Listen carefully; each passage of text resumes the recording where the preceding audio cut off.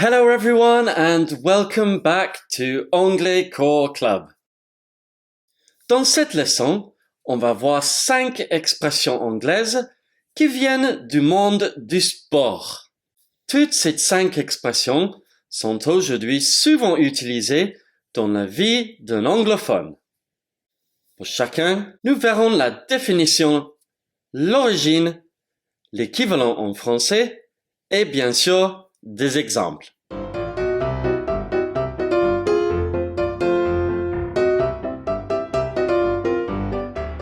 Commençons avec back to square one. To go back to square one veut dire to start again, especially after a failure, ou to start all over again. Comme les expressions françaises, repartir à zéro ou retourner à la case départ. On dit que cette expression vient de l'époque où les matchs de foot étaient retransmis en direct à la radio, avant la télévision. Pour aider les auditeurs à visualiser ce qui s'est passé, les journaux publiaient une grille numérotée dont se servaient les commentateurs lors du match. Square one, ou la case 1, se trouvait pile au milieu du terrain, où a lieu le coup d'envoi, le début du match. Back to square one, de retour à la case 1, à la case de départ, signifiait donc le retour au point de départ. Voyons comment on peut s'en servir de cette expression sportive dans une phrase normale qui n'a rien à voir avec le sport. The sale of our house has fallen through, so we're now back to square one. La vente de notre maison est tombée à l'eau, donc nous repartons maintenant de zéro. The sale of our house has fallen through, so we're now back to square one. The only candidate we liked has rejected our job offer, so we're back to square one. Le seul candidat qui nous intéressait a rejeté notre proposition d'emploi.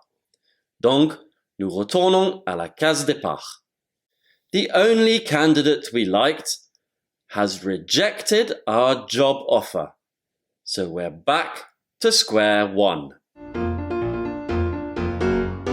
La deuxième expression qu'on va voir aujourd'hui est to pip someone at the post, ou to be pipped at the post.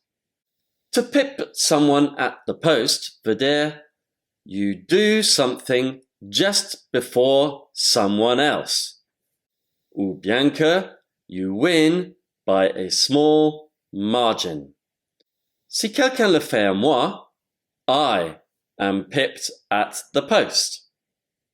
En français, cette expression veut dire gagner à l'archer ou battre au poteau.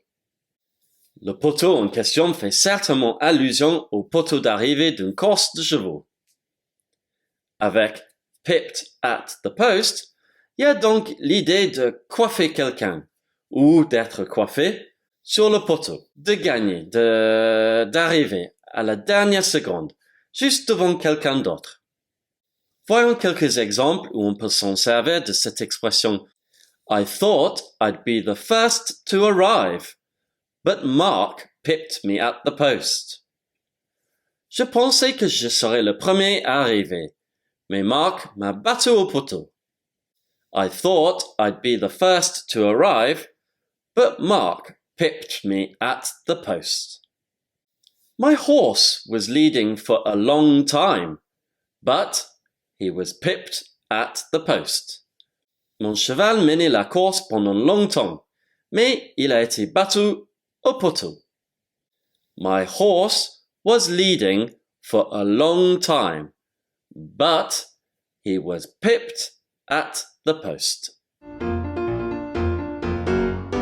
La troisième expression qu'on va voir est The ball is in your court.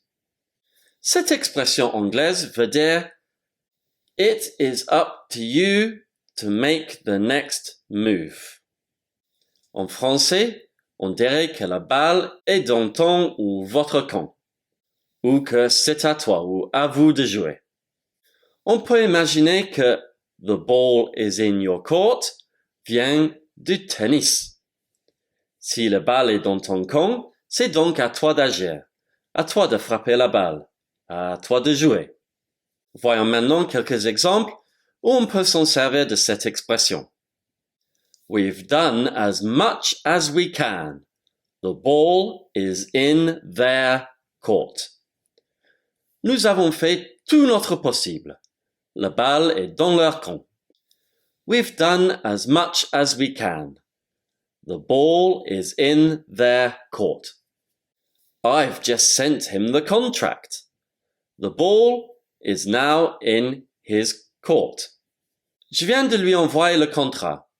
La balle est maintenant dans son camp. I've just sent him the contract. The ball is now in his court. Ensuite, voyons l'expression to be par for the course. Si quelque chose est par for the course, cela veut dire que it is normal, c'est normal, qu'il n'y a rien d'extraordinaire. Cette expression semble venir du golf. The course parle du parcours de golf. Par est le nombre de coups qu'un professionnel fera pour ne pas perdre, ni pour gagner, de points sur un trou donné. En ajoutant les parts de tous les trous, on a le par d'un parcours. En général, on parle d'un golf course, un parcours de golf, mais dans cette expression anglaise, on dit juste the course. Dire qu'une situation is par for the course sous-entend qu'elle n'est ni super ni mauvaise, c'est juste normal. Voyons quelques exemples où on peut s'en servir de cette expression. He was late.